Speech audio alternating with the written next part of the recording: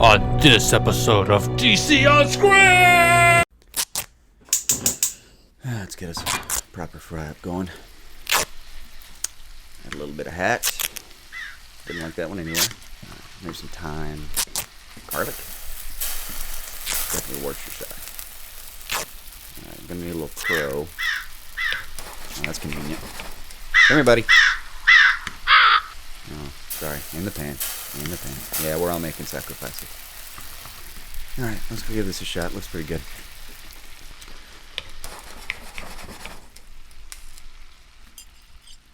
Okay. Alright, you can do this. Have a seat. Come on. Alright, let's take a bite. Oh yeah, that's the worst thing I've ever had. Fuck this. I'm going another way with it.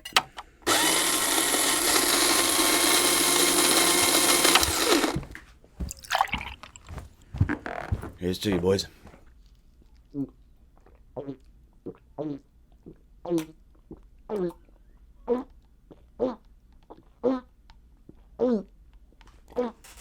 Oh, God!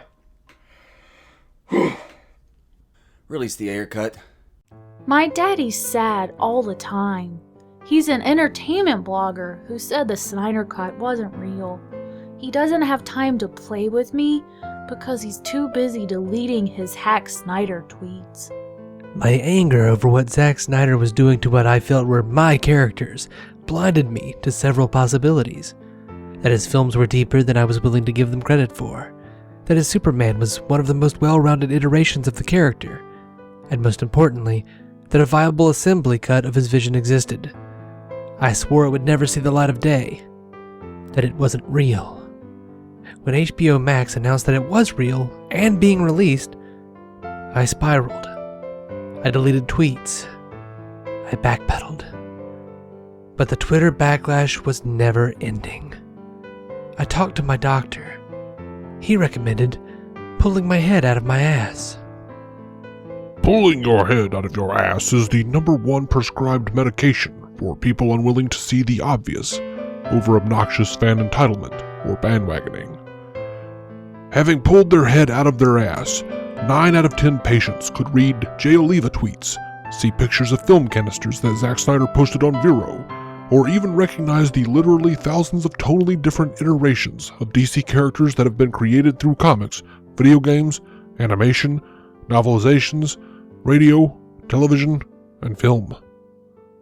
Call your doctor about rage, comic book burning, weeping uncontrollably with your hand outstretched while watching the Dark Knight trilogy or any Superman portrayed by Reeves, Ralph, or Hecklin, involuntary muscle movement, anal seepage, dry mouth, or premature kids today rhetoric, as these may be permanent. These are not all the serious side effects.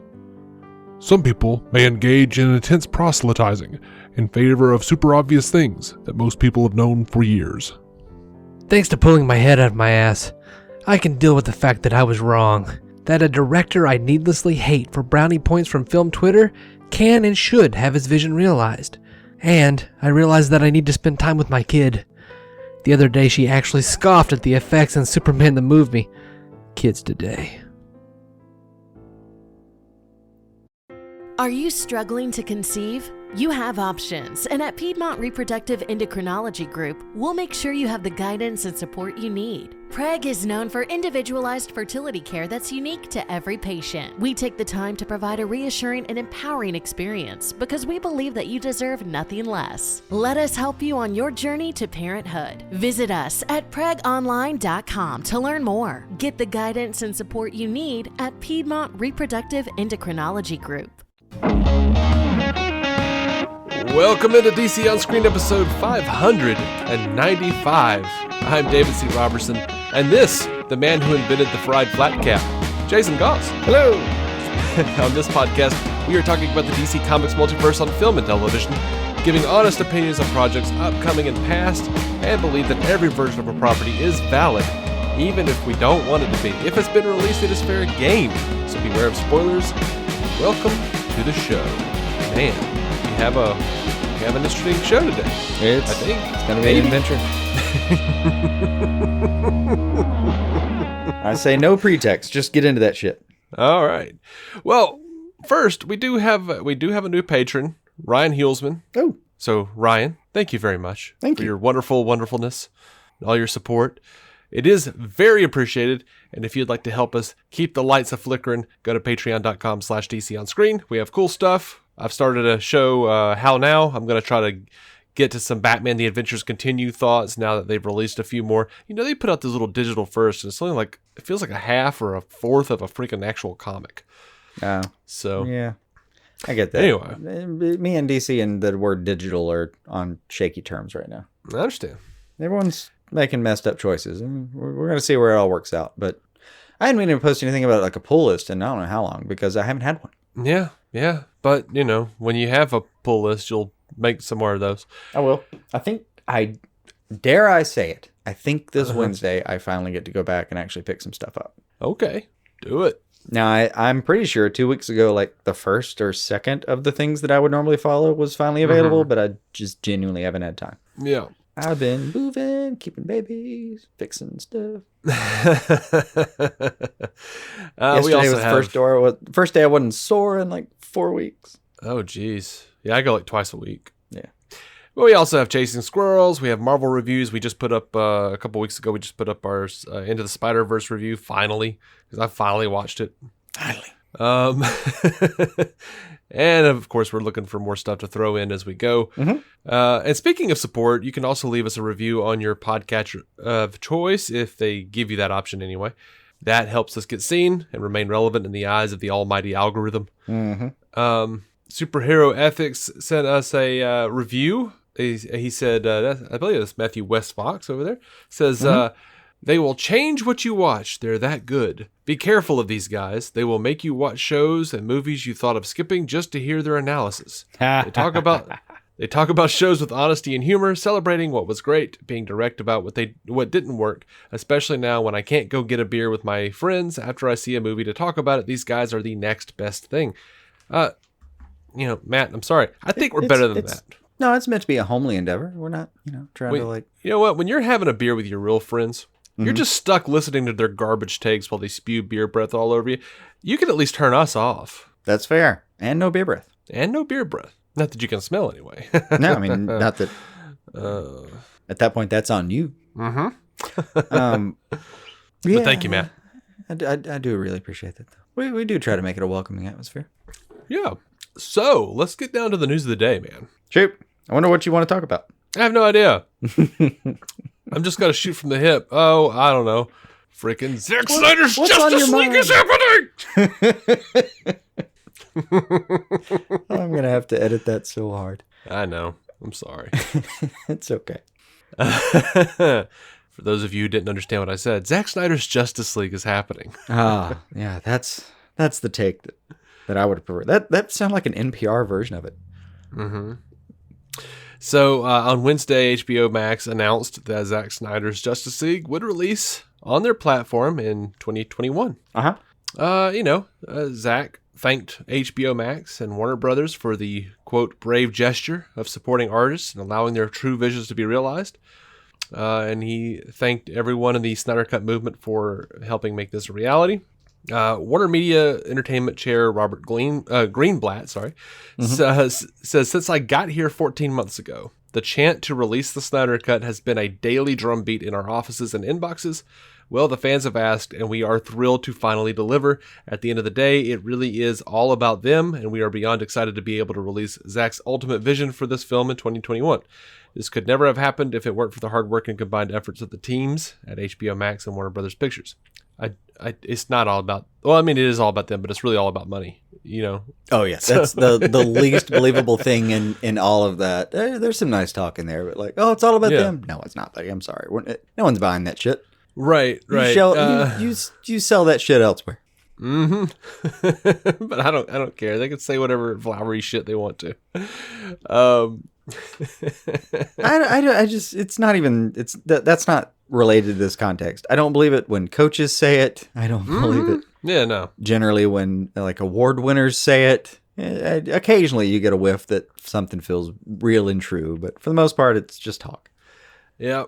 Kevin Riley, Like I Chief said, though, who Content cares? Officer. It's happening. Kevin Riley, Chief Content Officer at HBOMax, President, TNT, TBS, and True TV, says, when Zack and Debbie shared the extraordinary vision of where Zack wanted to take Justice League, my team and our counterparts at Warner Brothers took it as a mission to solve the many issues that stood in the way. Thanks to the partnership at Warner Brothers and the relentless pursuit of the entire Warner Max team, we are able to deliver this incredibly exciting moment for Zack, the fans, and HBO Max. And then Toby Emmerich. Just the person we wanted. Yeah. Says, thanks to the efforts of a lot of people, we're excited to bring fans this highly anticipated version of Justice League. This feels like the right time to share Zack's story, and HBO Max is the perfect platform for it. We're glad the creative planets aligned, allowing us to release the Snyder Cut. Now, the reports are saying it's going to be between $20 and $30 million to complete this thing. Visual effects are going to need to be completed. So, I mean, I could buy that. We also don't Sounds know believable. how exactly it'll come to us. It might be released in like a 4-hour plus, or maybe a little shy of 4 hours director's cut, or it might be split into 6 chapters. According to the article on, I think it was, the Hollywood Reporter said that Zack even pitched it as a miniseries. So if you're having issues, swallowing that pill, this is a thing Zack said, hey man, maybe we can do it this way. Yeah, I could root for either. I really could. Yeah. Although it did occur to me earlier when Snyder pulled up his little shot of it to do his reveal. It was in black and white, as are much of his pictures that he's released in his storyboards and frames. Mm-hmm. Just kind of cracked me up. It was in black and white. I still watch the shit out of it, but well, I think I don't care. Like I think that's a nice way to differentiate it from. Because they use that same poster for the theatrical for the official. Yeah. Anyway, so the only reason it occurred to me was I kind of thought, you know what, everything I've seen is in black and white that he's been pulling out, almost everything. And then second, that probably would cut down on the cost of doing the post production. Well, no, I don't think it's going to stay in black and white. I think it'll be. They've specifically mentioned color correcting as part of their process. Oh no, I don't believe I'm. No, it's not going to happen. I mean, I would love to see a black and white version. Let's do a noir version like Logan did. Yeah, that could work. No, I do not believe that's going to happen for sure. Yeah. Whedon said...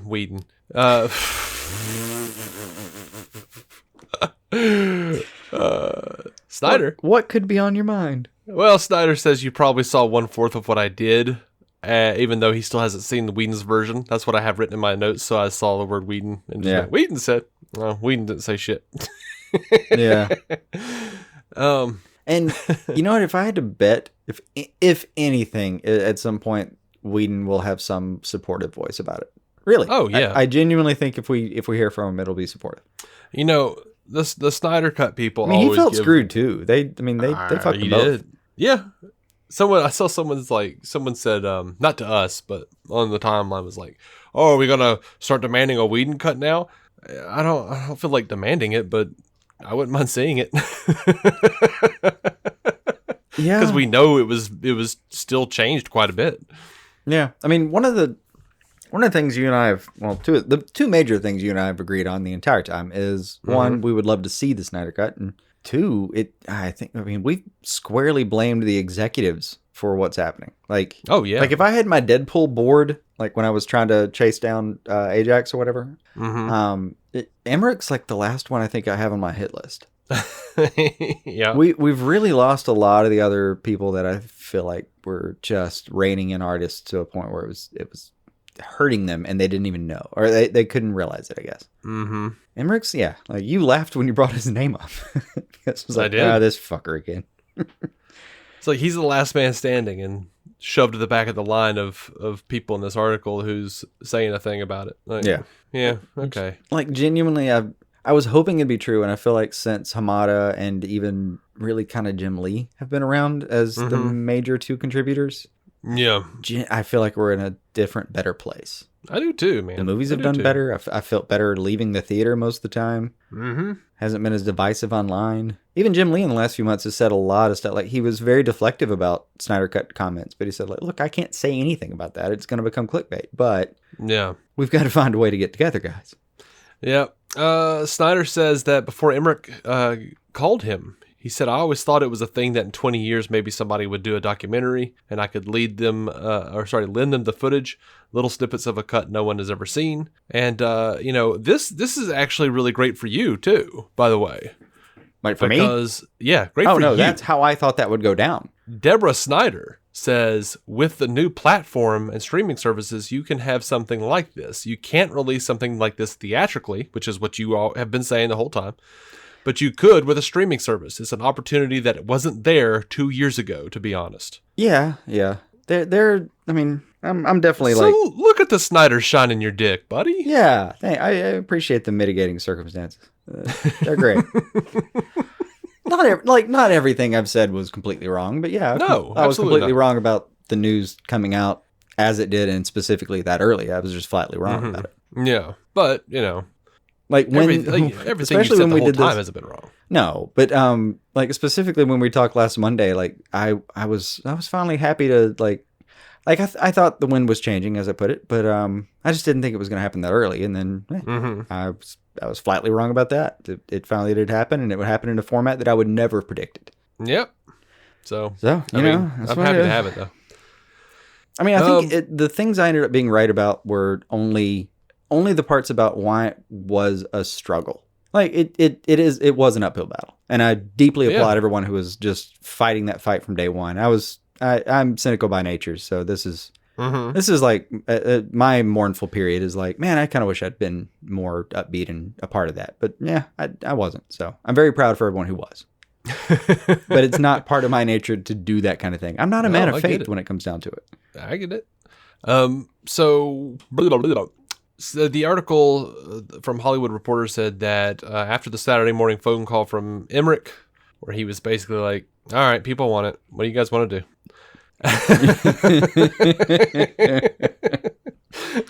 You could just, I read that. Emmerich, you could almost hear him saying like, all right, so I finally opened my Twitter account. And oh my God. Did you know eventually notifications stop being numbers and just become an ellipses and then an exclamation point? Yeah. No, I think they were deeply aware of everything that was happening. It's only him, I doubt. Damn it. Like, I feel like the people around him were very aware. It's him that I doubt. Okay. Well, that might be fair. I kind of feel like, yes and no. He's still like, I'm only like resentful about him because he was still part of the same regime that made some bad choices. Yeah. I'm not sure what part he played in that. Well, I don't think that's something we'll ever have access to. The common thing is that they could have pushed back Justice League to some degree to make the CGI better, the mustache better, et cetera, but they wanted to rush it out in case AT&T fired him and Sujihara. Yeah. So that they would get their little bonuses if it was a success. But, we know that Emmerich was involved in replacing people and, changing the tone of the film and cut. And we know that he and Sujihara were, bosom buddies in that regard. So. Yeah, there was a lot of that. And just little stuff like not wanting the No Man's Land scene in Wonder Woman. Just a bunch of, you're the executives. You wrote the budget. You picked the director. Let him fucking cook the meal. And I like in my head, there's a version of this where Emmerich is like talking to somebody, some of the higher ups at AT&T, and he's like, guys, I really appreciate you guys like letting me stay and blah, blah, blah. And they're like, yep, we're going to have to fix this, right? What do you mean? Justice League? Oh, shit. Yeah. Yeah. You saw how much it was trending the other day, right? Can I call you Amy? No, I'm going to call you Amy. We've received approximately 3.5 million emails today, and that's just shy of the 7 million tweets this week regarding the subject. And we're just wondering how many engineers we're going to need to get your head out of your fucking ass. 7, 8, 9 million engineers? What are we looking at here, buddy? Yeah. All right. I think it was just, we were in a dark place with the execs. They didn't trust the material. They didn't. They panicked. And I think all those people are pretty much gone at this point. I don't know. Hopefully they are. I think a lot of them. We'll see. Like I said, that's one of those deep stories that there's only a handful of people that really know what happened, and we're never going to get access to the entire part of that story. Like, unless there's a tell-all kind of thing. Hopefully at this point they're looking at it going like, oh, we've done Lighter. and it didn't matter. Well, they've gone a lot of ways with it. Like, Aquaman was not particularly light. Made a fucking bill. Yeah, but was still Joker shit was on by Rotten very Tomatoes. not light. Made a bill. Now, I know it's not part of the DCEU, but they made the movie, and they're still looking at the same set of characters. So I'm going to call it, for this example, relevant. Hopefully AT&T, like I said last week, hopefully AT&T are like, all right, so what we're doing is we're going to start boozing up the critics and make sure that they have their throw presence. the motherfuckers an iPad in the open bar. God damn. Yeah. Like, you could start a Kickstarter for us, the fans, to do that for you, and we probably would. Like, all of these bloggers, all of these young bloggers, they grew up on Marvel. They are prone for Marvel. They're still giving them shit. They're still saying, hey, here, have freaking booze and iPads. Now, do I think that's merch. right? No, it's a shitty system. And the participants are shittier for being a part of it. And the people who were just posting stuff because they didn't get an iPad can go fuck themselves. I cannot describe the amount of dildos I would like them to fuck themselves with.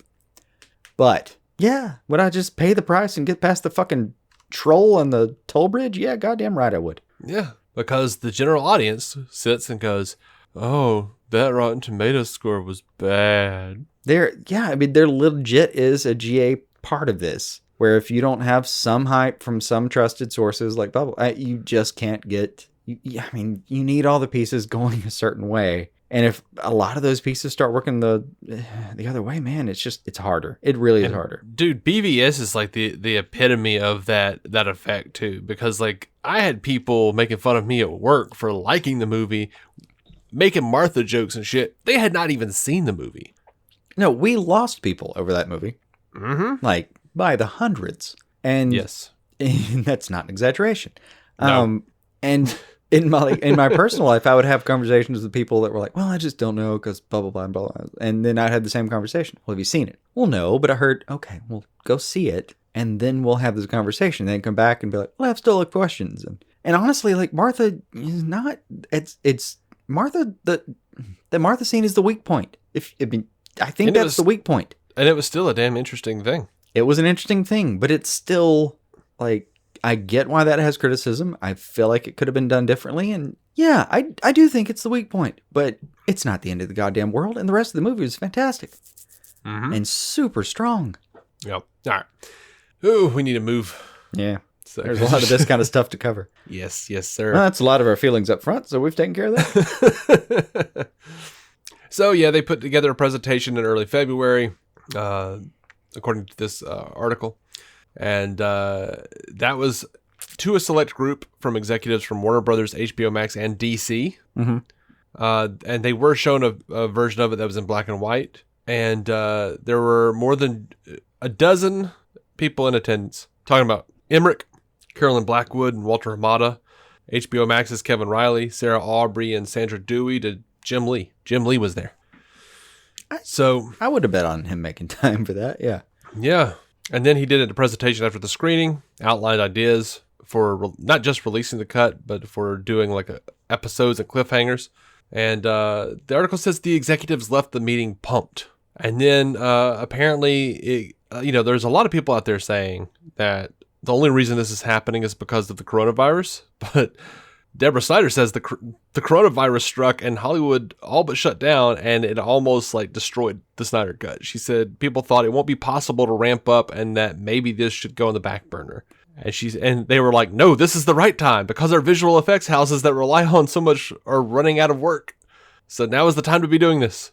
I do get it. I get it as far as the timing goes. If we didn't have people saying in November that ended up being right about the entire thing, that in November it was a deal that they were currently working on, I'd probably be open to that narrative. I really would. Because it does make sense. Like, well, everything else is shut down. We need to make HBOMax worthwhile. What do we have on the register? Great. Let's do that now. I would buy that, but there's a lot of evidence that this has been months coming. And like in November, I mean, it's not that it wasn't unknown in November. It was known. It just wasn't known by most countries in November. It wasn't a thing we were very worried about in November. Let's put it that way. Right. So people were still going about their day normally. And as time progressed through like January, February, it started to get abnormal. Mm-hmm. So we can trust that I think that there were a couple months where they were just moving forward, just outright, before this was everything. Yeah. So apparently Snyder spent April and some of this month reaching out to the cast, giving them a heads up on the new development, letting them know their services may be needed. And the first person he called was Ray Fisher, who played Cyborg. And I would not be surprised if that dude wept a little bit. I would. Did. He had, yeah. Yeah, he was apparently He's such a fanboy of it, and from all the tales we've heard about, like, stuff that hit the floor. I get it. It was all him. It was all him. It was a lot of Cyborg on the fucking editing room floor, man. I mean, it's all his arc, man. Yeah, I think maybe he even deserves that first call. So there's no schedule going forward at this stage. They're talking to post-production houses. Mm-hmm. It's given HBO plenty of time to find the best way to present the show, present the cut. Snyder is at the same time in post-production on Army of the Dead for Netflix, so that's still happening, and that's coming out in 2021. 2021 is going to be a good year for Snyder fans, man. Yeah, it will be. I count myself among those. I like Snyder. I really do like his work. That has never been a question. If anyone doubts us, listen to our first Man of Steel review. Yeah, I mean, I have my issues with Man of Steel, or I had way more back then, but at the same time... You softened to it largely, yeah. I did, actually, but, also, I like Snyder. I've always said I like Snyder. Yeah, me too. It's still Watchmen. Any cut of Watchmen is still my favorite CBM of all time. Mm-hmm. It's my favorite story, and he did just an incredible job with it, so it's still top of my list at all time. Yeah, now... Deborah says this movie was the culmination of a hero's journey that all these characters went on, and the idea was always to build them up to be the heroes people expected them to be. We are going to get Darkseid in the movie. Sweet. Oh, I heard Ray Porter doing some teasing on that one. Oh, yeah. Yeah, he's been making the rounds, man. Yeah. She says, what's so lovely about this, about the idea of doing a longer series cut is... we get to explore these characters in ways that you're not able to in a shorter theatrical version. I'm really excited about this, man. I really am. Like, I've been thinking about this shit all week.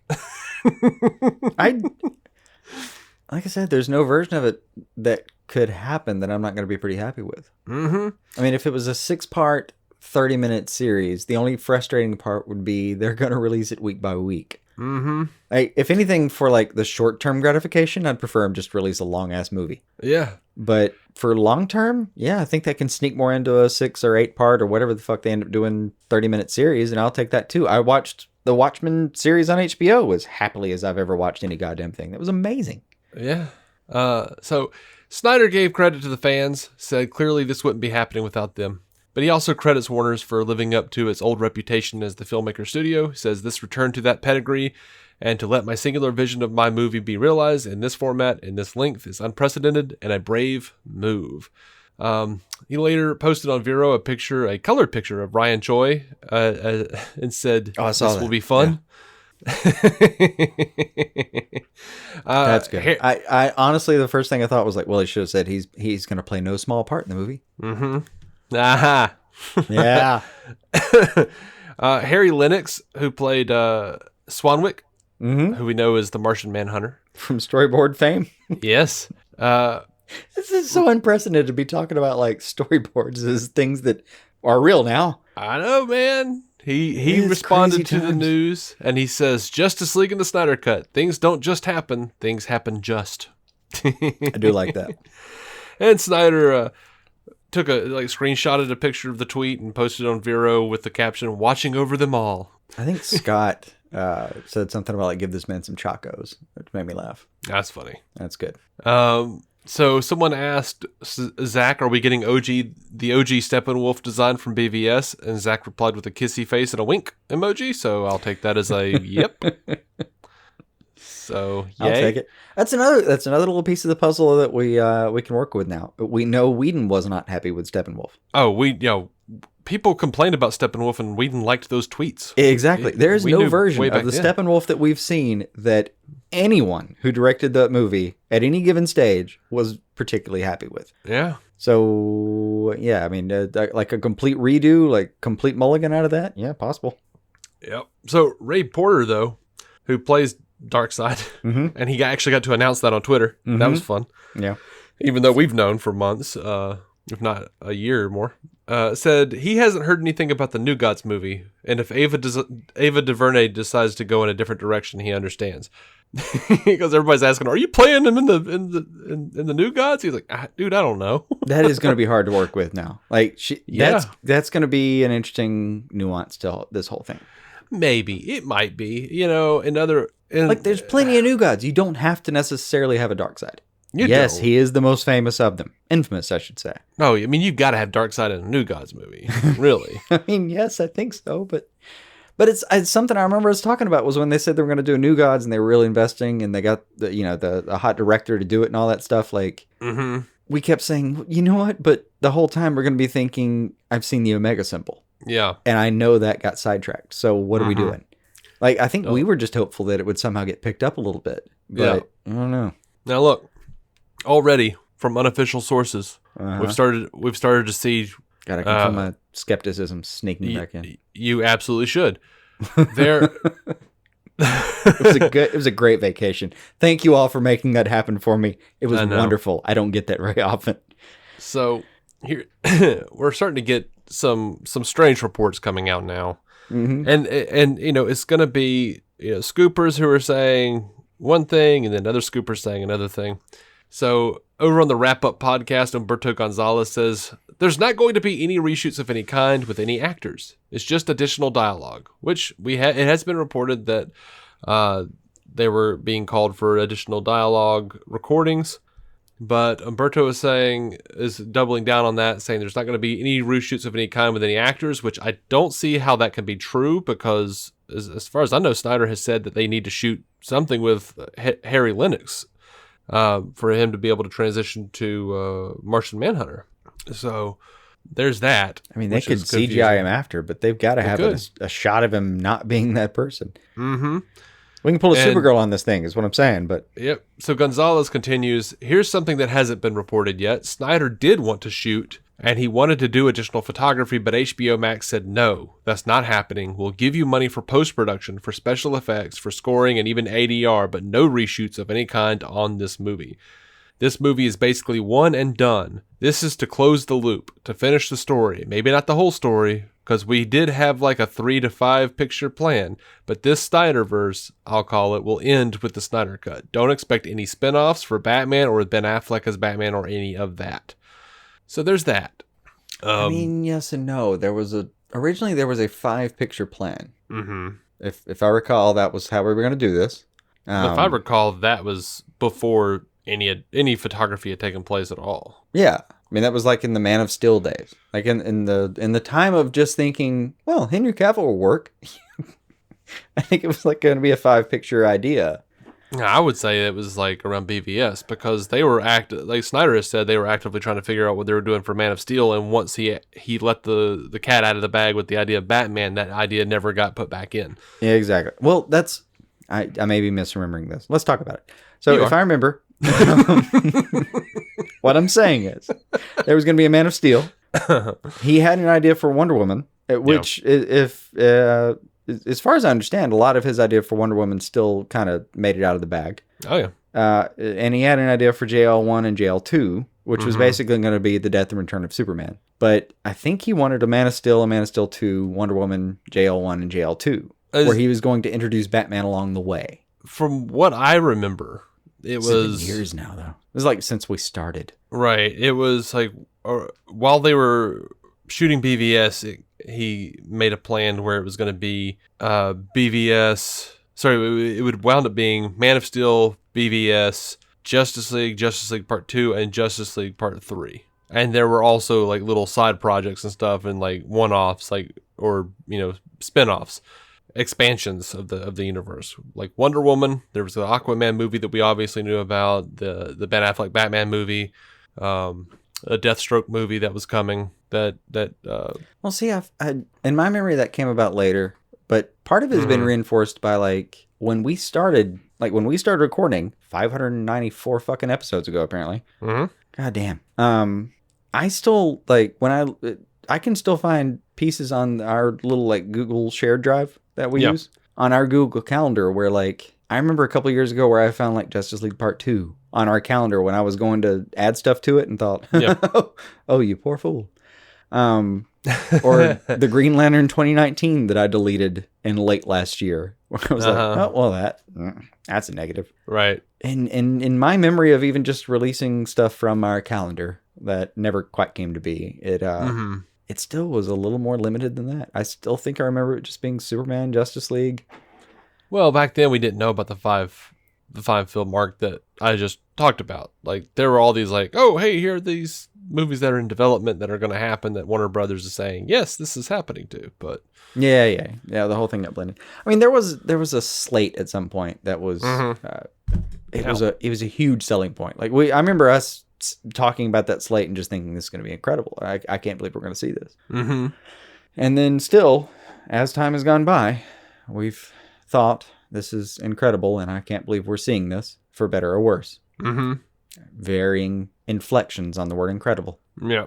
So Joe Manganiello, who played Deathstroke, wonderfully for like the 5 seconds he was there. Yeah, says the original end credit scene, and then he just put like emojis of swords, a bat, and a skull, which apparently indicates that there's something between him and Batman in that original scene.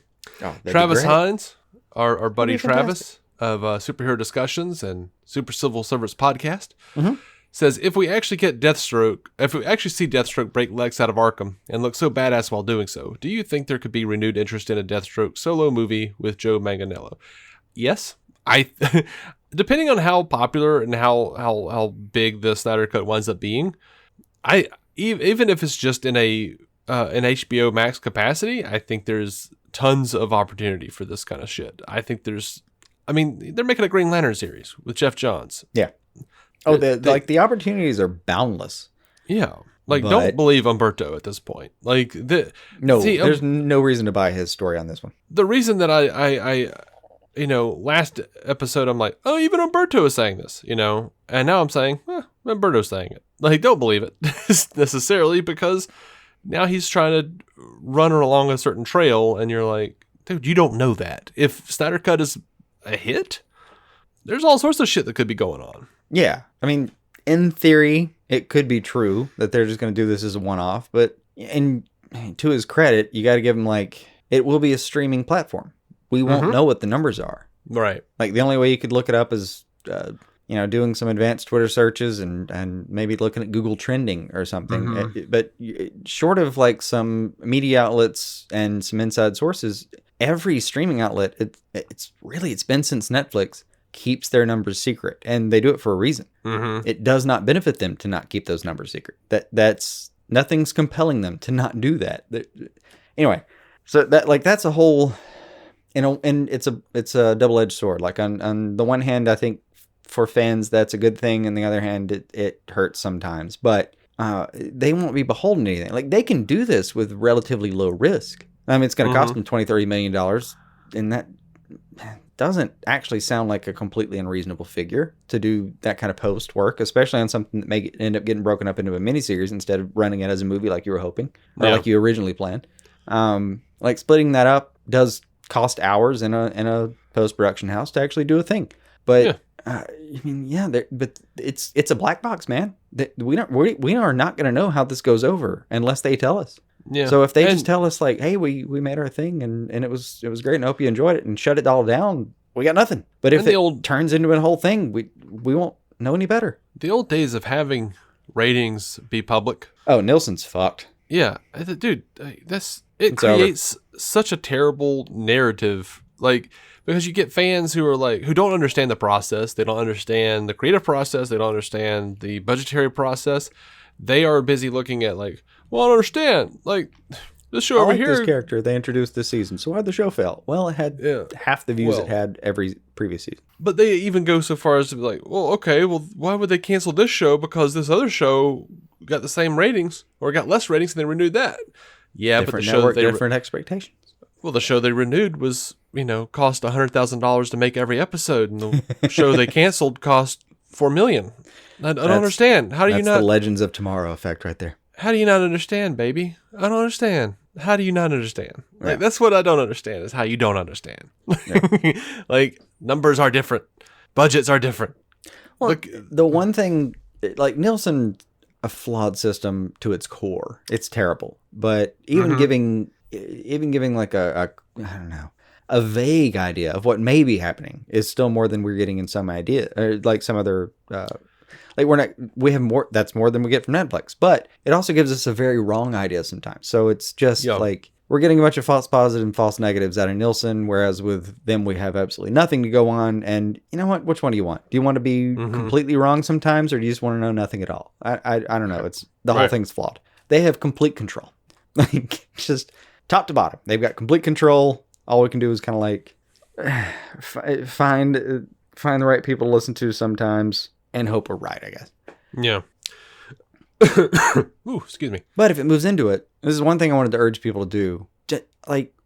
The Snyder Cut's great. I assume you have some Ayer Cut stuff planned later. Ayer We'll talk about it. Ayer Cut, it looks good, maybe great. Just we don't have to the whole universe sounds great, but if it doesn't happen, just don't be destroyed by it. We don't know yet. Yeah. Our buddy Al Granite, longtime listener, writes in, says, I liked Justice League. I know it's not great, but I've watched it repeatedly. Sounds like us. I have watched it a few times. But everyone is assuming the varying Snyder levels Cut, of concern, but yeah. everyone with varying levels of concern. Everyone is assuming the Snyder Cut will be awesome. What if it's terrible or worse than the theatrical Justice League? BVS and Man of Steel had a lot of criticism. People will demand a Whedon cut next. That's who it was. Look, here's the thing. The more rational, like there are tons of Snyder Cut acolytes, I guess I'll call them, who no matter what will believe that the Snyder Cut was better. Okay, and to them, good on you. Now there are going to be a bunch of pissy bloggers and who are going to shit on it no matter what. They're going to say, it was even worse. We're going to go with the word detractors, so you don't have to use a funny voice. I like funny voices, though. And then there will be those wanted to give you an option to be a dick. I know. I like being a dick. Yeah, me too sometimes. All right. So there's going to be all sorts of different kinds of people in this thing. Art is subjective. There are going to be people who have convinced themselves that it's going to be shittier than Justice League, and they can't wait to write that article or just to give their quote unquote hot take on Twitter. There are people who are convinced that it's not going to. There's no way it can be worse than Justice League. It's got to be great. It's going to be awesome. That's fine. Everybody can have whatever they want, man. If they want to convince themselves of whatever, that's fine. My primary issue is I love these characters. I like Zack Snyder. I felt bad for how things went down with him, and I wanted him to see his actual vision as much as he could realized. And I would like to see that. I don't feel like I have an obligation, or not an obligation. I don't feel like I was entitled to that. I don't feel like, this is a privilege for me. This isn't Warner Brothers extending the courtesy to let me, to let me decide which one I like better. No, they are making money. This is a transaction. The fans successfully proved that there was a market for it. And honestly, it didn't come about until there was a platform and a business plan that made sense for it. So I'm good with it and I'm ready for it. I would like to see it. Yeah. But, I'm also the guy that, will buy deluxe editions of movies and watch like the theatrical version and the director's cut and the editor's cut and the second producer's cousin's cut. And, I watch fan edits. I like to see how things change when other people have, their thoughts. I'm that guy. I think the only fan edit I've actually watched is something called The Matrix Designized. Mm-hmm. And it was just I think it was 2 and 3 actually. Uh-huh. But it was, looking back, because I watched them all in the last couple of weeks, just, I don't know, something got into my head, probably Google AdSense or some shit like that, but whatever got into my head where I thought, I want to watch the Matrix movies. Let me try to find some time. Mm-hmm. So I watched them piecemeal, and I realized most of what I didn't like about those movies was in the second one. Like most of the stuff that I wasn't happy about, because I generally was happy with those movies, was in the second one. And what I also realized was I specifically, for some reason, remember this de-Zionized cut. And it was just, they took out all the City of Zion bullshit that we didn't care about in the second one. Mm-hmm. Like they could have just made Zion a MacGuffin the entire 3 films, and that would have been fine and just shown us glimpses. But they tried to make like a 8-minute house party out of the whole thing with a 4-minute speech before it. And I didn't give a fuck. I was good with everything in Zion but the orgy. That was a longer orgy than I think you recall. I mean, it was, it wasn't all of Zion. Like there was a lot of stuff in Zion that wasn't the orgy. There's plenty we can rehash on some other thing about. Here's the thing that would have actually helped the film or not. But here's the thing that confused me. Freaking the dude. I think it's the only fan edit I've watched in my lifetime. Is what I'm saying. Yeah. Other than, I don't know which cut of Blade Runner I originally saw. I had a friend in college show me Blade Runner. And I know it's a little bit blasphemy to call anything on that a fan cut of any kind, but I don't know what version I watched of that movie. I just genuinely don't. I'm sorry, it was back in college. It was, what's 2020? It was about 15 years ago, and I was probably very high. I do not recall. Enough. So one quick note about The Matrix here, and I'll stop talking about it. I always thought it was funny in that second movie. How dare you bring that up? Go ahead. I know. That guy, the guy that played Michael on Lost, I think is who played him, comes in. I can't help you. I don't know Lost. Yeah. He comes in, and his wife is there, and he goes, "Where's my pussy?" And then he sees the kids. He's like, "Oh, hey. Oh, that was a redo? I don't or a callback or whatever? Because they did that in the film. What? No, in the movie, in the second one, the person who did that joke was the guy comes in and says, like, "Where's my and then gets cut off. Yeah. That's what I'm talking about. But that was Harold Perrineau, who I remember as being the angel / apparently maybe not as angelic as we thought guy from Constantine. Yes, he played Michael on Lost. Oh, okay. All right. See, I know him from nothing else. Father of Walt. He was dude from Constantine for me. Yeah. So, yeah, he comes in, he says that, and is like, "Oh, no, the kids are here." I think it was funny that they just said, they were like, "Oh, we got to be careful around the kids, can't say stuff." And then like, "By the way, we're going to go to a giant orgy later." Yeah, where I assume they just all chilled in their caves for like, what were the kids doing during this giant orgy? Were they there? Were they like, "What is that noise? What is that noise of that sounds like everyone in Zion climaxing at the same time?" I don't know. "Oh, that's nothing, child. Go back to sleep." It's not like there was a mechanism in that universe where you could just turn on the TV really loud. Like that wasn't a thing. I don't know how they pulled it off. Eat your cream of wheat. Everyone, no, here's how it happened. Everyone had children at an age such that they could have the oldest babysit the youngest and take care of that for them. Okay, I'll believe that. I guess that's how you'd have to do it because I have no other explanation. Mm-hmm. There might be one in like Animatrix that I've forgotten. There's not. Oh. Anyway, I don't know where the hell we were heading with that. I don't know. Henry Cooper on Twitter says, "What other heroes, now that Martian Manhunter, Green Lantern, and the Atom are coming in Justice League, would you like to see in the league? Personally, mine's Green Arrow." Shazam.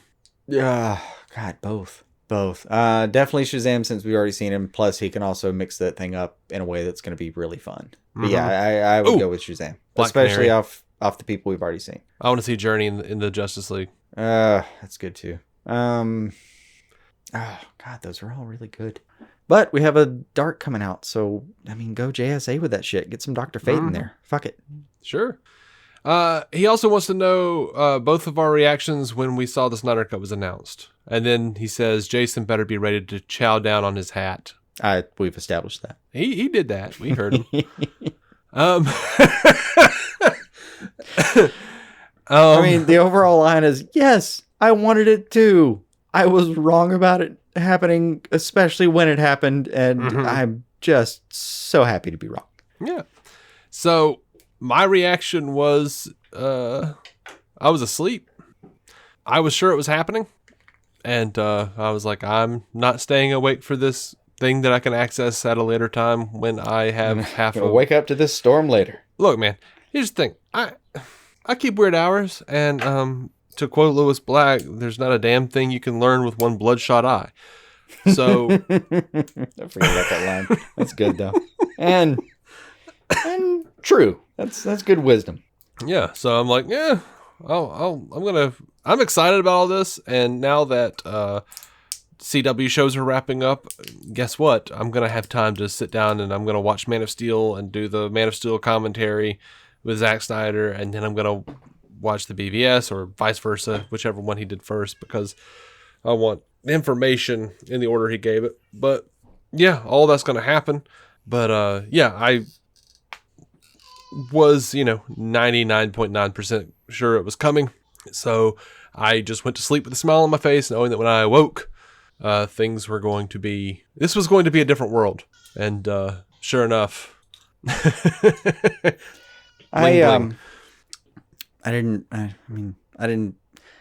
have hours that are far more normal than I would like, even in my current situation. So I was up at like 7:30 that day, I think.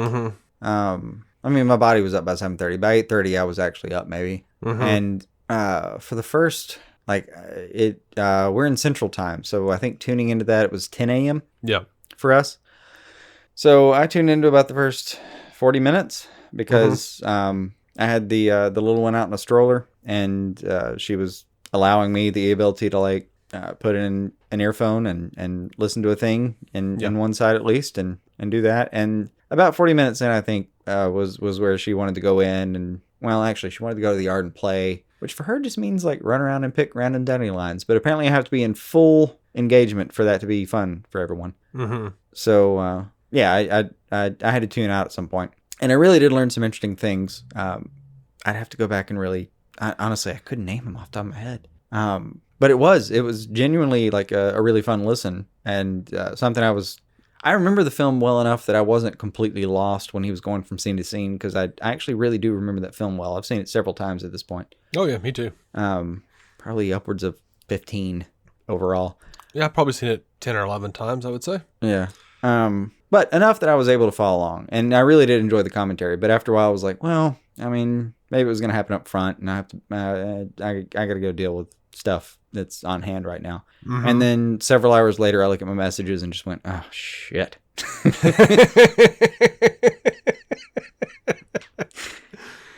Oh Lord, what hath happened? Yeah. And I keep seeing pictures of all things shady, brought to you by Zoom thumbnails of Henry Cavill with, wouldn't you know it, a fucking mustache. Yeah, that was funny. That's a really good touch. Yeah. Goddamn British humor. Maybe good job, guys. Maybe he was just doing another role. Maybe he just really likes to have a mustache. I don't know. Maybe. I don't know. I do know that mustache alone is the reason that I will never see all the Mission Impossible films in my lifetime. Oh, I'm definitely going to watch all of them because I support Henry and I don't care. No, I can't bring myself to do it. I don't care. I kind of want to sometimes. It's also Mission Impossible films, and it really is hard for me because I enjoy Henry Cavill. Simon Pegg's in him. Yeah, and Simon Pegg's a huge thing, and I think he helped write that film. But, man, I love Simon Pegg. I really want to help, and I'm just always fascinated by how Tom Cruise can make me stop thinking for a second that he's a goddamn lunatic. Here's the thing, if this helps you at all. Warner Brothers, I know he wanted to. Warner Brothers asked Paramount to. It's Paramount that I'm mad at. It's just that film that I'm taking it out on. I understand. But if it helps at all, I'll take it. What do you got? Warner Brothers did more to hurt Justice League than Paramount ever thought to do. And we're still supporting them. That's fair. And all the mea culpas that are happening right now, wouldn't it be great if Paramount just came out and said, yeah, we're sorry too. They're like, we're not going to spend an extra $15,000 or $15 million or whatever the hell it is. They didn't have to. I know Warner Brothers did say that they pay for it. To put the bill to add it because that would have been easier and looked better. And Paramount was like, it's still going to look shitty though. No, we're not doing that. That's not exactly the film we're trying to make. I felt more betrayed when that news came out than I had by, I think, anything else that had come out. Yeah. Because it was one of the most visually, what the fuck are we doing here parts of that film was definitely that lack of mustache. Well, the mustache was the part that most people could like think well enough to wrap their brains around and make fun of. Like that was the big meme. Oh, it was tangible, but it was also something like I walked into this film hoping for the best thing I could possibly have hoped for. Mm-hmm. And the very first scene, I thought, oh God, what are we doing? Yeah, I was fighting it too because like that first scene was I actually liked that first scene except for the mustache thing. I was like, I didn't. Oh, that's I didn't kind of mind clever. I liked the writing of that scene. Mm-hmm. It immediately I was like, what's happening with the face area? What's going on there? I still would have been like, you know, when they're like, oh, what do you like about Earth or whatever it was, I can't remember. And he just sort of like has like a smile and like looks up. It's just like I could hear the Mystery Science Theater crew going, I smell warm bread. Like, what is that face? Like, what is that reaction to that question? Are those cookies I smell? Anyway. All I remember about that scene is that it seemed very humble and quaint and pretty Superman-y. Like I remember liking that scene and just thinking, oh God. And then as the movie progressed, over and over again thinking, that's just bad. Yeah. Like it didn't matter how much I enjoyed myself at times or what questions it left on the table, and it for sure did. But it didn't matter how much you liked it. There was no way you were walking out thinking, what's wrong with his face? Right. It's rough because like once we were already doing this show for a while, like two years or so, or a little over 2 years. Nearly 3, I think. And it was November of 2017, so 2.5-ish. You know, so as I'm watching the movie, I'm going, this isn't that bad, but I can see every meme coming. Like I'm going to be seeing this for the next decade. Like, oh. And in our history, and it is part of our mission statement, is that things are valid and we're not just here to shit on them. So, yeah, that movie had some serious flaws. That was a mustache named Martha, buddy. Yeah. Like, we were looking at the new Martha. Son of a bitch. But we had been through, at that point, the BVS backlash and this Suicide Squad backlash. Mm-hmm. Both movies where we enjoyed ourselves, but we had questions. There were definitely concerns. But overall, we weren't going to like toss the entire thing out of the fucking window. Mm-hmm. And then we got to that and thought, oh, come on now. What fresh hell? Yeah. Steven Podcaster over on Twitter says, Henry Cavill's future in the DCEU. Do you think it ends with the Snyder Cut, or do you think he'll stay on? And likewise, Jonathan Hazelton on our Facebook group says, with the Snyder Cut announcement and the rumors of WB shifting from Supergirl back to Superman, do you think we will get more Cavill soups? And who would you pick for director? I personally think that for him to even be able to do anything with the Snyder Cut, there had to be some sort of negotiation, and it's probably still WB's within their purview to use him and develop a film with him. But I think it probably does largely depend on how well the Snyder Cut does. But I also think that they are interested in developing Superman. Yeah. So, I think he'll be around. And Cavill himself he's left a lot of tidbits, a lot of crumbs along the way. Mm-hmm. Like at no point have I ever doubted that Cavill was done being Superman. Like at no point. He seems to want this role. Mm-hmm. So what that leaves in the future is different. There's a lot of hubbub that conversations are in effect at the moment, and I really hope they're right because I really love him in the role. Yep, I agree. All right, so let's get to as far as the director. I don't know, man. Oh yeah, you got to pick know. Zack Snyder. I don't know. I'm gonna go with Sandberg. I don't know. Oh, David Sandberg. Yeah, I kind of just want him to stick with Shazam for a minute. Like I want him. That's kind of what I'm getting at. Let's let him do a combo film. Get him back in there. You know, I would much rather see Superman versus Black Adam. Yeah, but I think Sandberg could pull that pretty hard. Yeah, I don't know, man. I don't know. I really don't. I have no idea. I just don't know. Aside from seeing it, if Snyder doesn't want to take a crack at it, then, you know, I wouldn't mind seeing like Doug Liman take a shot at it. You know, we've heard him talk about it. Christopher McQuarrie, we've seen him talk about it. I don't think he'll do it now, but I think there are people out there who would be willing to take a crack at it. And as long as they're staying within the universe, which, you know, real life has different tones. So I'm okay with another director bringing a different tone to the universe. Yeah. But whatever they do, I'll be here for it. Yeah, I will too. Whatever Let's, version of MOS2 happens, I'll be in that theater. Yeah, well, I stand firmly in the camp that BVS was MOS2, and whatever comes later is... We're probably going to build it as a Superman sequel at some point, and I'll be there. Let's get over to David Ayer's Suicide Squad, though, because now the precedent has been set, and... The momentum is clearly there. Yeah, and there is not nearly the amount of ambiguity. What was funny is you and I both saw the same tweet, and I was about to respond from David Ayer, where he says, "Of course it exists, and it's almost complete except for some visual effects." And in Spanish, mind you. In Spanish, but yeah, I can't pronounce any of that. So that was basic enough. I could if I was looking at it.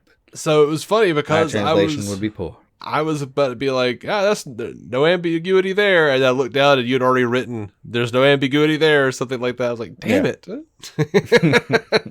Yeah, we were in the same point on that one. Yep. Yeah. There was no like posting of a single shot on Vero kind of thing. No, he has not pulled any punches whatsoever as far as where he is saying the film is and whether he would do it in a heartbeat. Right. And, you know, he's saying my cut would be easy to complete. It would be incredibly cathartic for me. It's exhausting getting your ass kicked for a film that got the Edward Scissorhands treatment. Love that reference, being that I believe it is also a WB property. Right. You know, the funny part about it is I get the scissor thing, but I'm pretty sure that was pretty well Tim Burton's vision, that movie. Yeah. Well, I mean, other than he just said, he was just saying it was chopped up because of the scissor hands. Yeah.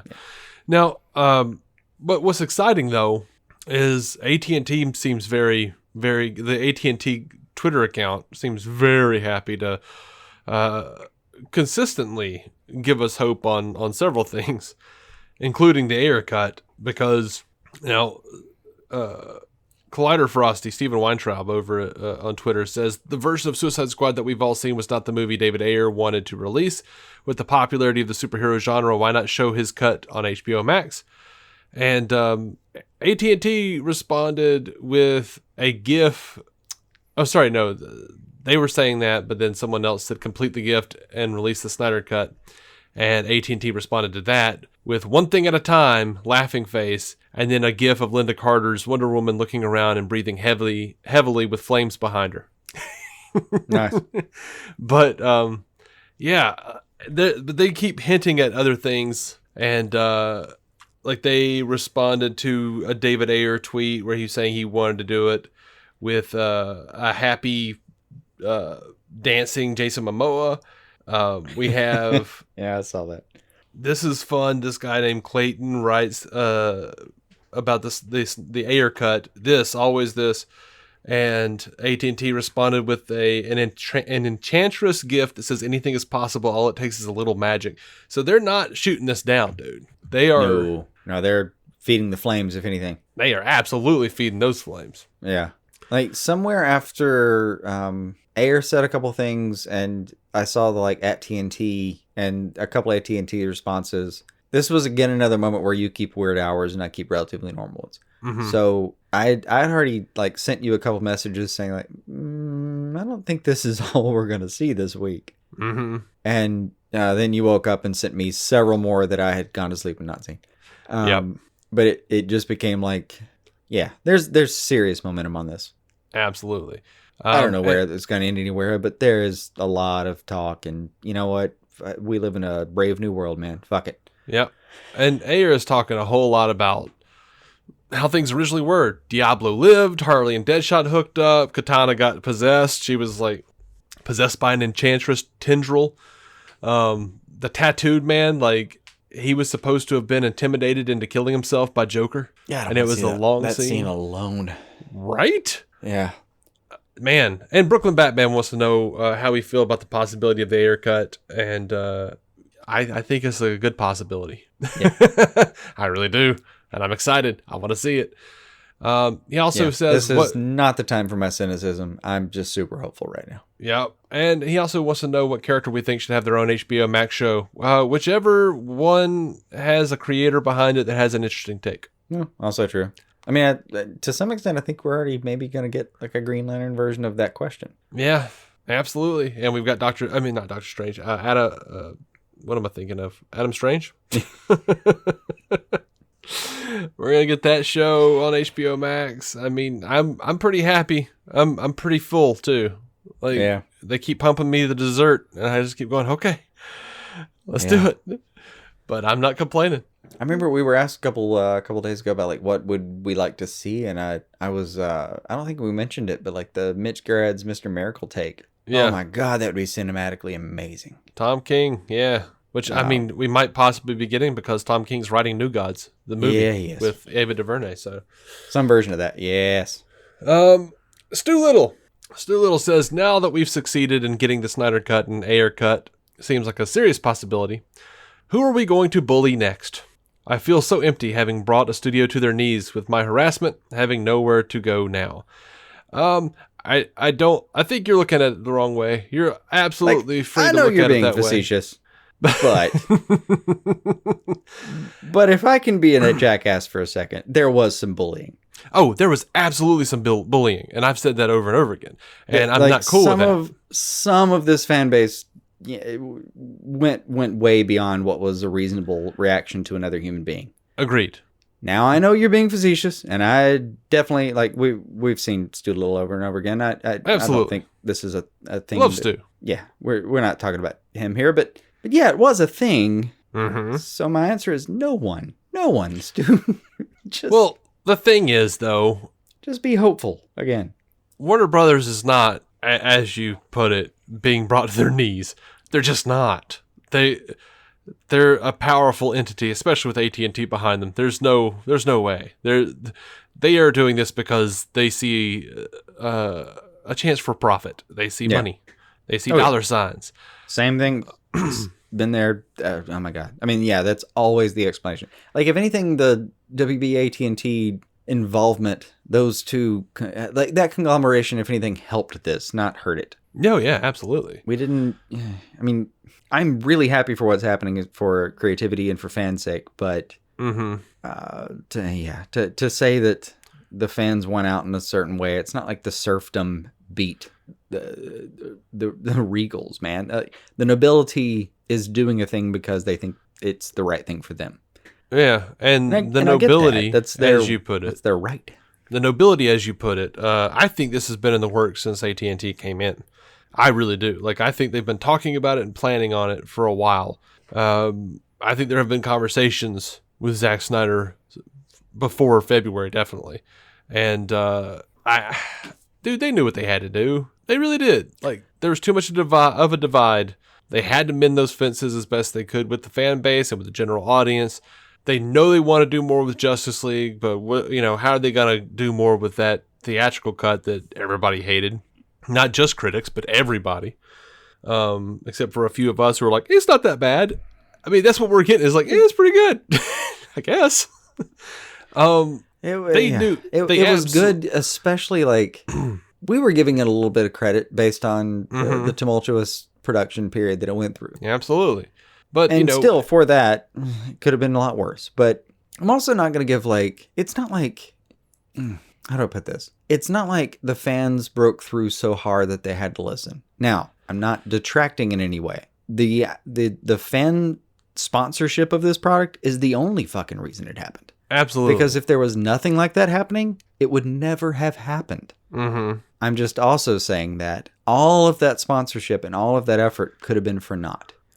Yeah. And there was something there to actually have access to. And honestly, if it was just the executives blowing in the wind, man, it would have been nothing. It's either or. Like, it's, I don't know. I feel like I'm taking everything away, but I'm trying to give it back at the same time. It would Yeah. not have happened otherwise, but it could have not happened at all. And I think stuff was starting to get leaked, and they had to move shit up. That's why Zack moved up his Man of Steel commentary from the June 14th to May 20th, because the bloggers and the scoopers started getting a hold of shit and started saying some stuff. Yeah. I'm telling you, man. It was the part that confused me the most was the timing, but apparently there was some background to that made it all actually make sense. So I get that. But it is really gonna. Of course, they may have leaked this, and it all might be a plan of theirs to boost their subscription to HBO Max in the next 2 days when it comes out. Like, I'm serious. People are already signing up for it. You can already sign up for it and pre-order. Like, I want to. No, I'm probably going to. Like, I did, and I don't have the right to at the moment, income-wise. But I did anyway because I was like, well, fuck, I'm going to pay for this at some point. I need to save $3. I'm going to do that. So I get that. Like the timing of that part is not lost on me. And the timing of it being like a really bad year for WB and them starting to probably put together their like Q2 numbers and them being real shitty. Yeah. Isn't lost on me, but yeah, apparently it was in the wind anyway. So let's do this. Yep. And Zach Champion on Facebook, on the Facebook group, says, I'm curious if the release of the Snyder Cut will once again change the direction of the DCEU. Maybe. It depends on how popular it is, I think. Honestly, I think the fact that Ezra Miller showed up on the CW is the most promising thing yet. Like the Snyder Cut appearing on HBOMax, to me, does not hold a candle to Ezra Miller showing up on the CW as far as what they're possibly planning in a multiversal capacity. Does that make sense? Yeah, I Did I think... say that sentence with words that made sense? Yeah. Because I had to use multiversal somewhere in there, and I'm worried about it afterwards. Yeah, I think I would agree with that. And Zach also says, does it feel like fans somewhat bullied WB into giving in and deciding to release it? And if so, is that considered toxic fandom? If you see, there's a line. This is what I've been trying to get across, and I don't think I've said it correctly. There is a point where it's supply and demand. We are letting them know what we want.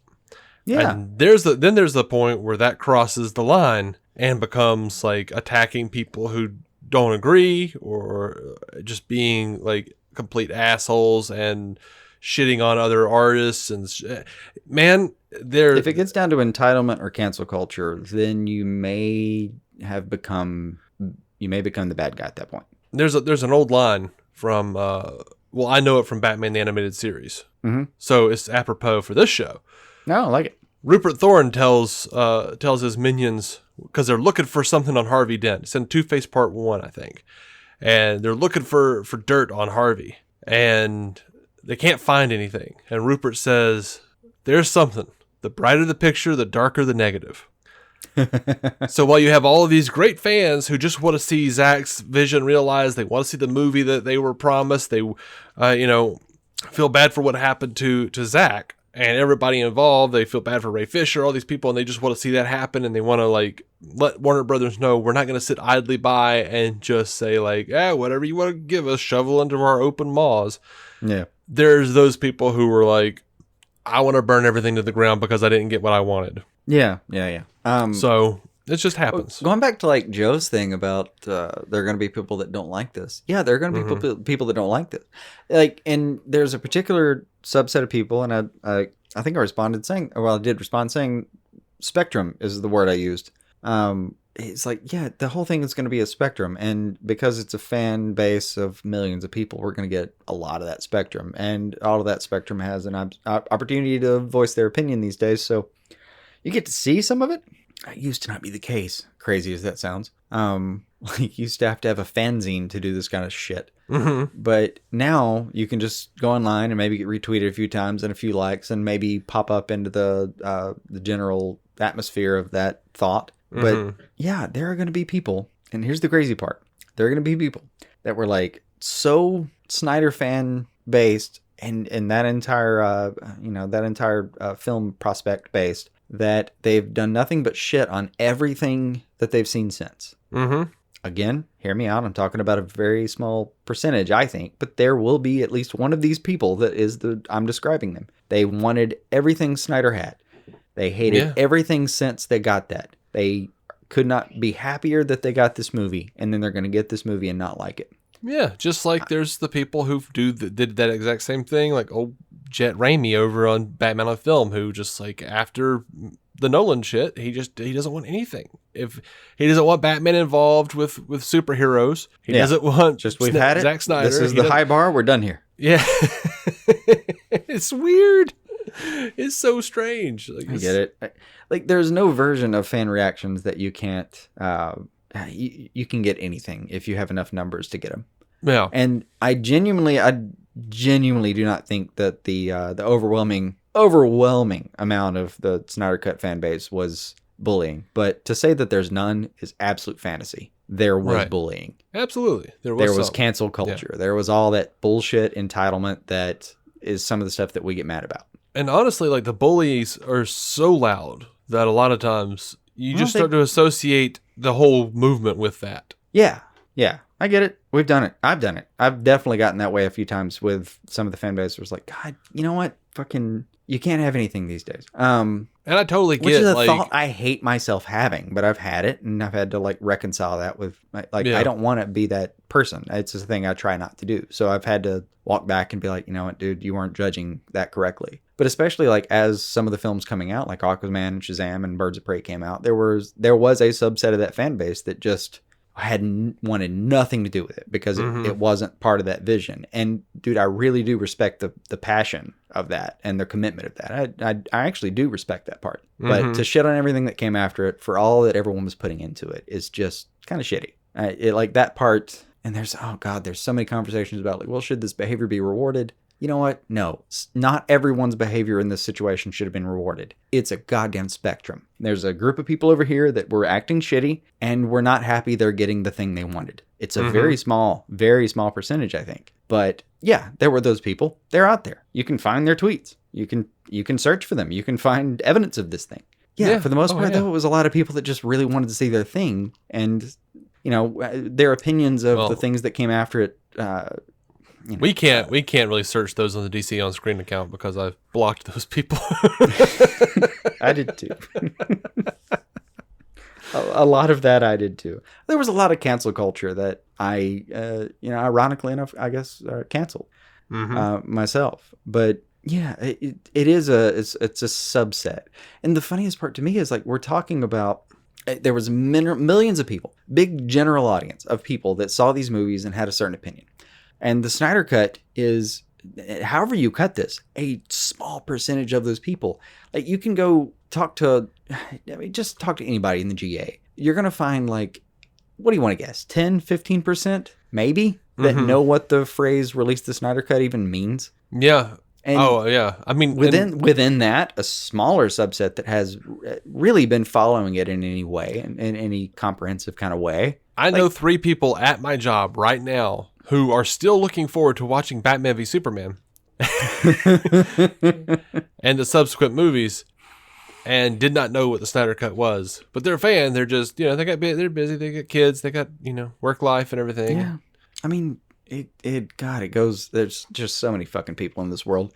So there are people I've talked to that are still looking for, like, Christian Bale to show up at some point in these movies. Yeah. That's a real thing that I've encountered multiple times. I didn't realize how bad it was until I had to deal with all the people in my friend group who I thought were pretty savvy and nerdy, and they were like, "No, Batman Begins was a prequel to the Tim Burton Batman. He had the Joker card at the end." How are you breathing? Like,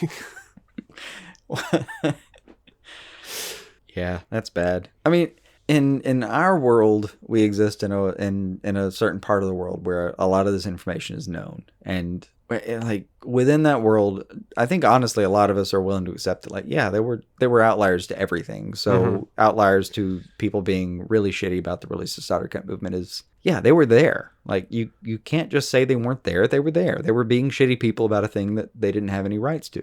Overall, it was just a lot of people being very positive. Like, positive in a way that I envy, because I just don't have the kind of faith to be that kind of person. Yeah. I just really don't. I genuinely envy your journey, your experience over the last several years.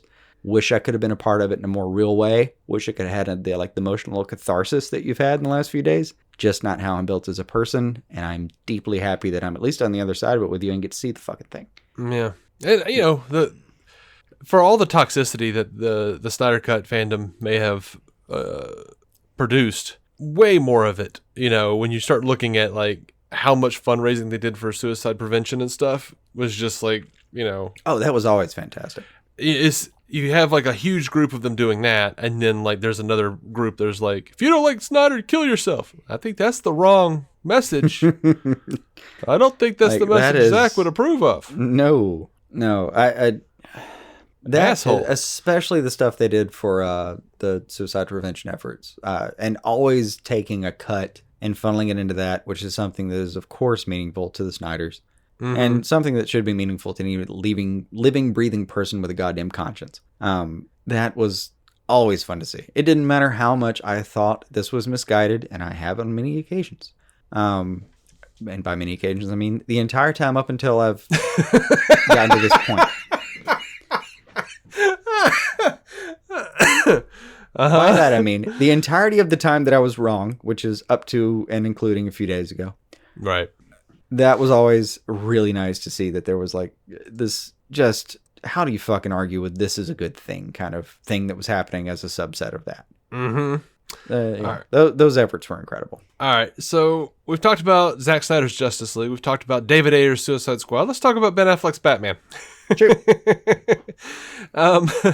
Chris Baga of World's Finest True Believers writes us on Twitter, says, with unnamed sources saying AT&T and Warner Media want Ben back in the cowl from the Culture Nerd blog, do you think this is possible? If Snyder's Justice League is a huge hit, would it be possible to see them greenlight a Snyder's Justice League universe on exclusive HBOMax? Would you want that? And what he's talking about is the Culture Nerds, or whatever they're called. The Culture Nerd blog. I love that you're actually referring to a thing instead of just generically referring to it. I know. You're not stereotyping. That's an actual proper noun. Yeah. They say sources close to TCN. Mm-hmm. The fact that they're calling themselves TCN. The sources close to TCN have informed us that AT&T and Warner Media wants Ben Affleck to return as Batman, and also to resume work to adapt his original script for The Batman, that originally featured Batman vs. Deathstroke. No word yet on if the project is for theatrical release or for HBO Max.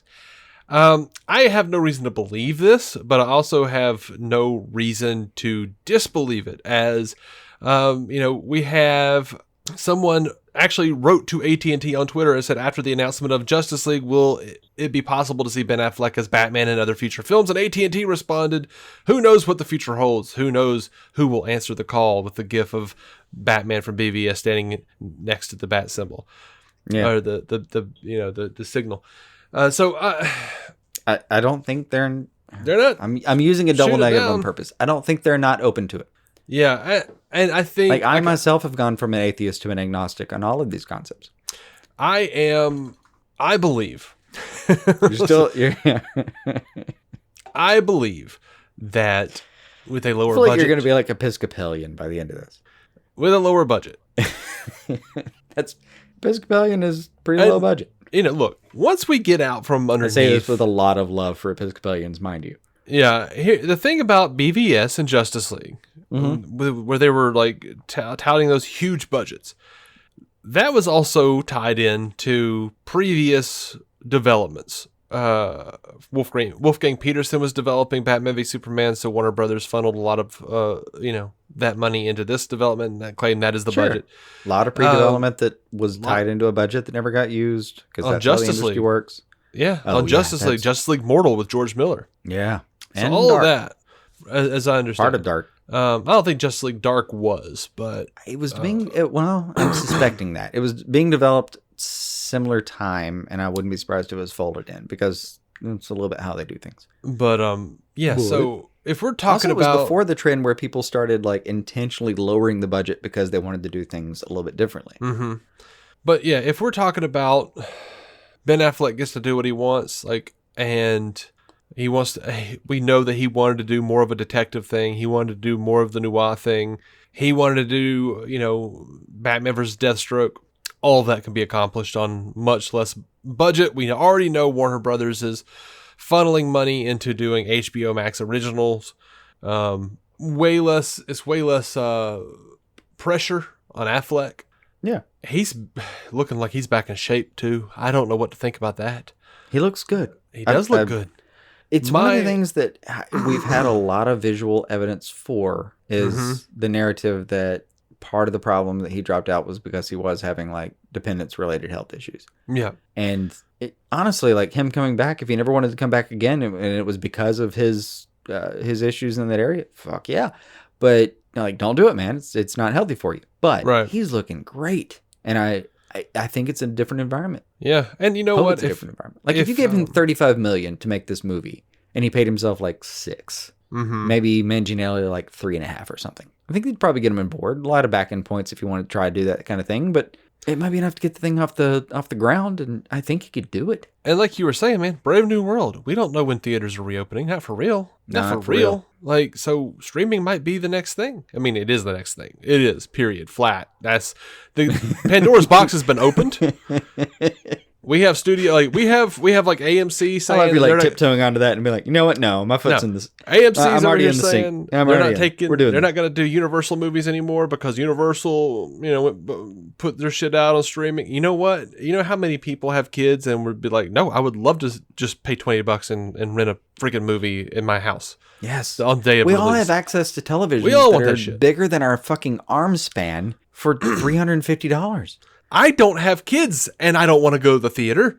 I mean, there's something to be said for it. Oh it is an experience, and I appreciate that being around. But if I had to trade it right now for like the way the industry's been working for the last 20 years versus what is an option now and what could be an option in the future, I would probably scuttle that shit. Yeah, and look, man, hope for the future. There's a movie theater chain coming out of Texas, started buying up properties and stuff. And like they're crazy, dude. Like, and I think they're the future of theaters because with streaming coming, theaters ain't shit. These theaters have like bowling alleys and all sorts of crazy stuff in them, like arcades and freaking fun houses and shit. Serve beer, the whole nine. Like that's, to me, that's what the theater experience is going to become. Like, it's going to be like, we're not even far from it. Like the one in Crestwood that we're near. Yeah, they have like a bouncy the one castle that is a thing $5 theater, mind you. Who, by the way, did upgrade their seats so that they're far more comfortable. Oh, and then they got rid of that air conditioning problem that made you almost hate the first Avengers film. Oh, it didn't make me hate the first Avengers film. I just wanted to burn the place down. Theater, yeah. Like we couldn't even hear the line like "puny God" because the air conditioning was on. So nor could we see their faces because their heads were chopped off. There was a little bit of that too, but they fixed that about halfway, if I remember. Anyway, that theater now like has it has a trampoline park. Well, I say this was all several months ago. It had a trampoline park. It had an arcade that was actually pretty sweet and served beer. Like you could get 2 per person to go to your seat with. It was already leaning that way. And at some point, I think you and I were talking about the idea. I can't remember if we were on record when we did that. But you and I were eventually, or at some point, talking about the idea of like, what if all this shut down and all that was left was just a bunch of theaters that were at some point making like $1 a film? Like I remember one in Centerpoint. This would have been way before you moved to Birmingham, so you probably don't remember anything like it. But it was $1 theater in Centerpoint. And it was literally $1 theater, man. I mean, me and my dad would drive out there it would cost us as much in gas to get there and back as it would to watch the fucking film. Yeah. And I don't know the Centerpoint one. I know the Lorna Road $1 theater. You know the concept. Oh, the Lorna Road. Yeah, that was similar, very. Yeah. And I like it's still a brick and mortar position with all the capacities, with everything else. I think you and I were at some point just pitching the idea that like, what if it was just down to me and my friends rented this place for like $200 and you played as like Firefly, like the whole season. You just projected what we asked you to project on the fucking screen. Like for $200 and we all split the bill and it was 20 of us and it just cost us $10. And yeah, it was the entire fucking day, but we also bought all these concessions and had them bring in pizza that we paid for and everything else. And like, we just paid for the entire fucking afternoon, but we just paid X amount. And at some point it was just, what if we were in charge of what hit the actual screen? Like what was actually on the projector? Because I'm not sure that we're that far from that at this point. Oh yeah. Yeah. I mean, yeah, the old theater system is hard up at the moment. Like Regal and AMC did not do well over the last few months. And, I think the times were a bit changing anyway. As Bob would have put it. This just pushed the timeline forward. But I think so, yeah. Like, if it comes back in full swing, I'll be very surprised. Yeah.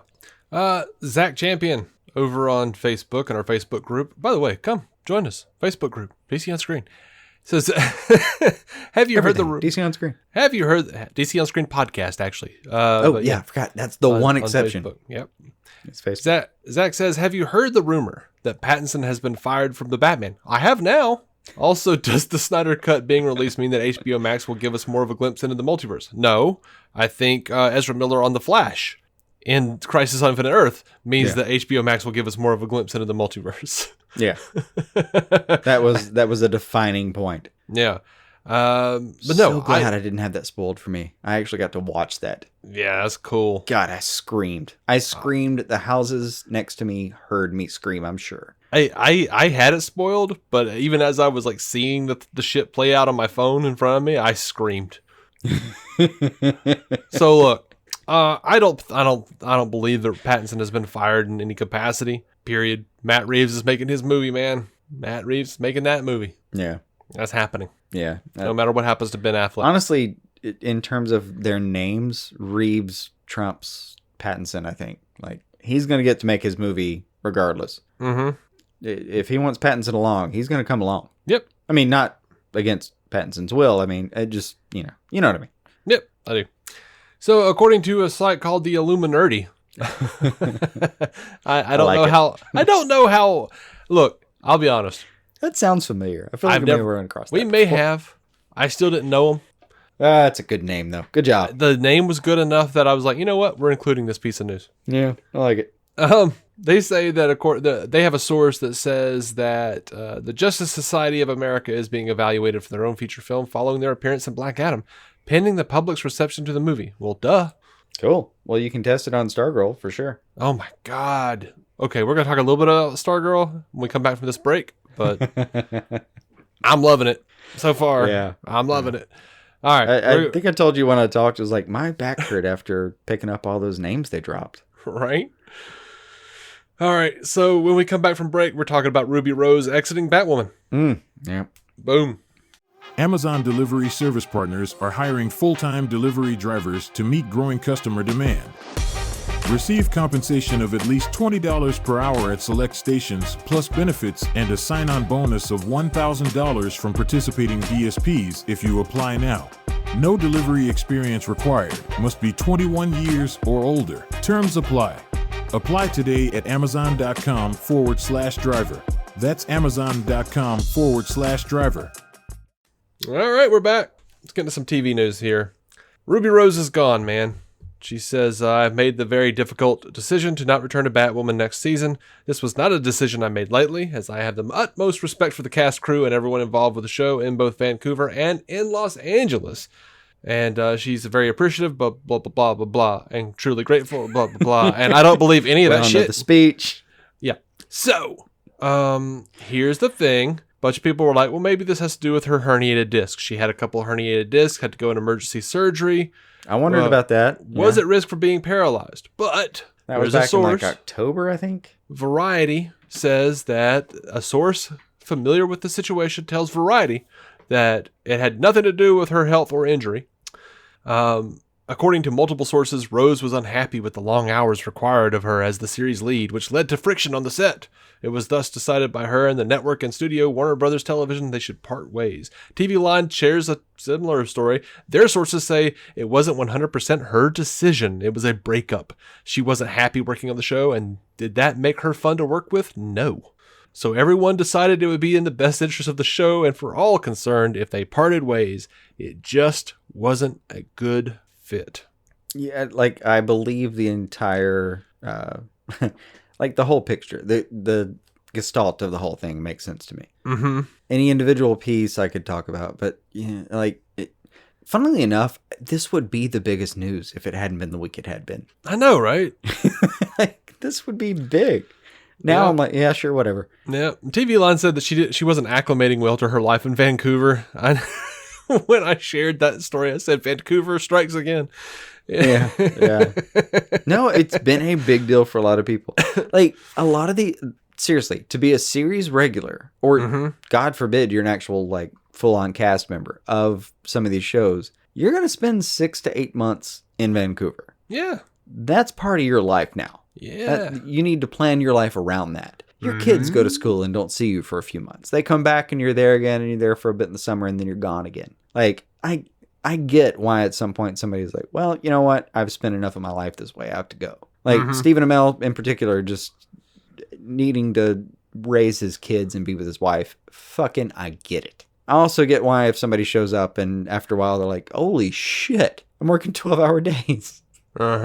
I'm working 12 to 18-hour days, which I'm expanding now from some of the old Smallville stories. I'm working 12 to 26-hour days, and it's cold as balls up here. Yeah. And I'm just tired, frustrated, and I don't know when this show is going to end because Supernatural is on season 27. So I'm not completely hating on her for it. I liked her in the role. I really did. I've enjoyed this season. Yeah, I've enjoyed the season. I go back and forth on whether I like her. 2 episodes short of finishing it, but I really have enjoyed the season.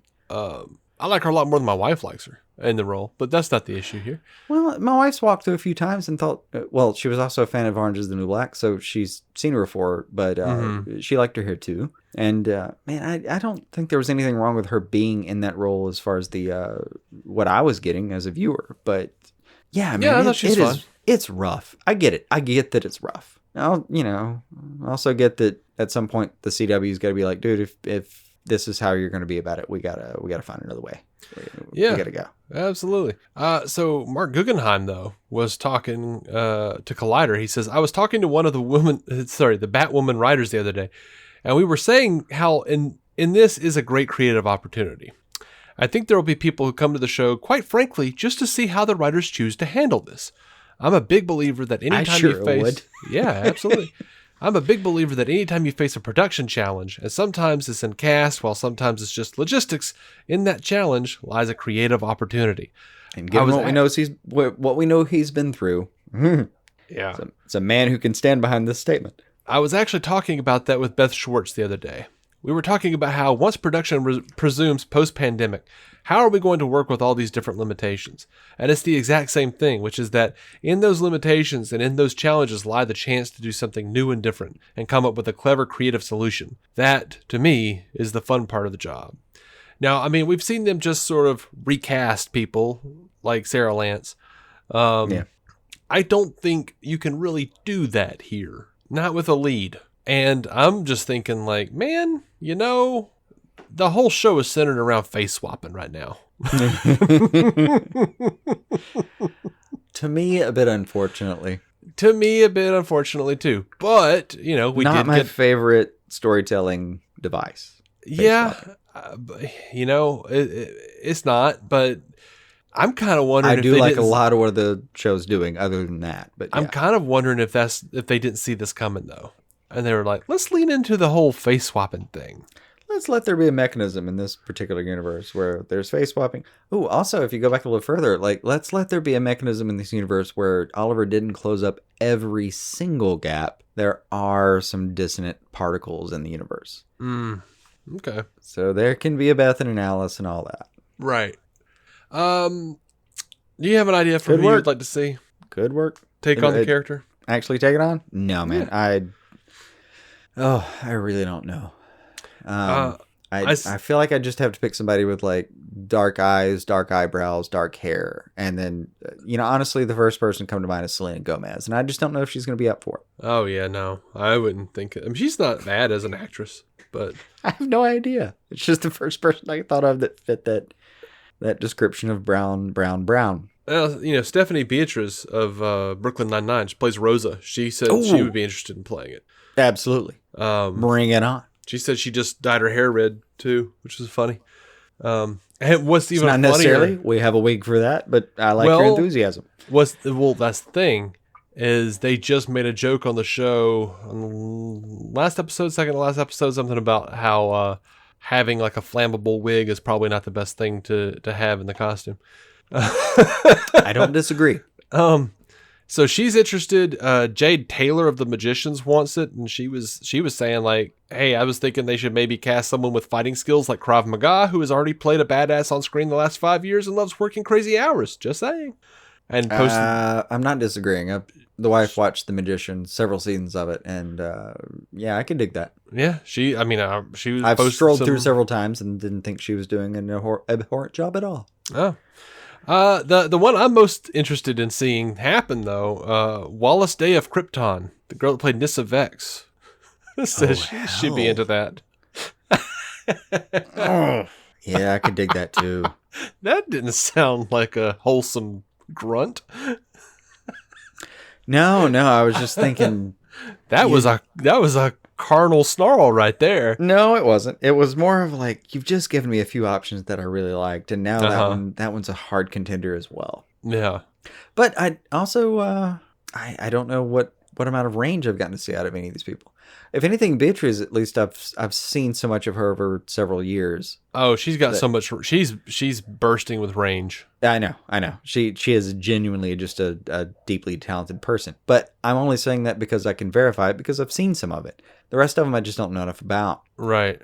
I'm not going to take that away from them. I would definitely need to do more research. But damn, all three of those options are definite possibilities. Yeah.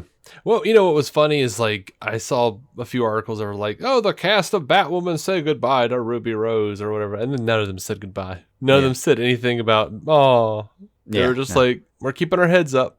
Yeah. Well, we're gonna stay here. I'm like, maybe she did make some enemies. Like, because no one was like, "We can't believe we love her," and no one's saying we love her, we'll miss her, nothing. I was just like, that's interesting. She must have really hated it. It's possible because it is very much a boot camp doing those seasons. And every time I see an actor or an actress leave, it feels like there's this outpouring. Like we get bored with it. Mm-hmm. Because it's a great sentiment and I appreciate it. But it's also like after you've read everyone from fucking Valdez to Harewood say how much they loved a character, you're like, okay, man, I get it. They were great to work with, and I'm glad you had a great experience, but I'm done reading the same press point over and over again. Yeah. I get that. I get that. I mean, yeah, maybe if it wasn't Variety, maybe I'd question it more, but I mean, it's Variety and TV for Line. Variety to have said that, and TV Line, yeah, too. They're not bad either. TV Line's for them solid. to have said it, yeah, maybe it just wasn't going to work out. Yeah. We can look forward to somebody else. All right. And I'll bet you this, whoever we get, gonna stay there for a minute. Oh, yeah. Because they're gonna have a conversation about that shit. Oh, yeah. To wrap this edition of DC On Screen up, I would like to inform you guys and gals, whoever you may be out there, The Flash Season 6 is now on Netflix, as that show has now wrapped its sixth season. It's hard to say sixth season. And the Season 6 Blu-ray is going to include all of Crisis on Infinite Earths. They had said that it was just going to be the Arrow sets, but that's fine. Lie to me all you want, you bastards. I feel like they have space on those discs they didn't think they were going to have before. Oh, shit. Yeah, you're right. Think that may be a thing. They got to keep that price point up. Like, we really needed that extra disc. You literally would not, like, if I looked at the back of your disc, I'd be like, you didn't even fill this thing up. Oh, shit. Like, with Arrow, they knew. They knew it was going to be a limited season, and they could put those things on there in full quality, and it still wouldn't fill up the entire disc. Yeah, you are absolutely... I had not even thought about that. That's hilarious. I hope I'm right about it. Oh, my God. No, you're absolutely right. There's no way you're not right about that shit. I've spent too much time being a pirate. All right. I'm wrapping this episode. Ended years ago. HBO, you can't come for me anymore. I'm wrapping this one. Everyone, thank you so much for listening. Thank you so much for writing in, asking us questions, and sitting here for 2 hours listening to us talk about Snyder Cut and Ayer Cut and all the things. Yes, the next episode you're going to get from us is our Season 6 review of The Flash. So until then, keep some DC on your screen.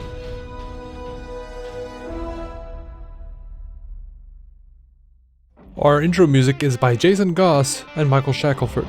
Michael's band, Galactic Engineers of Magnetic Sounds, or GEMS, can be found on SoundCloud and Bandcamp. Visit DCOnScreen.com to find our Patreon, merch, contact information, and every episode of the show for free, including crossovers we've done with other podcasts. DC On Screen is a maladjusted production. For more from me and Jason, including sketch comedy, vlogs, parodies, and our improvised web series Hey Guy, visit maladjusted.tv.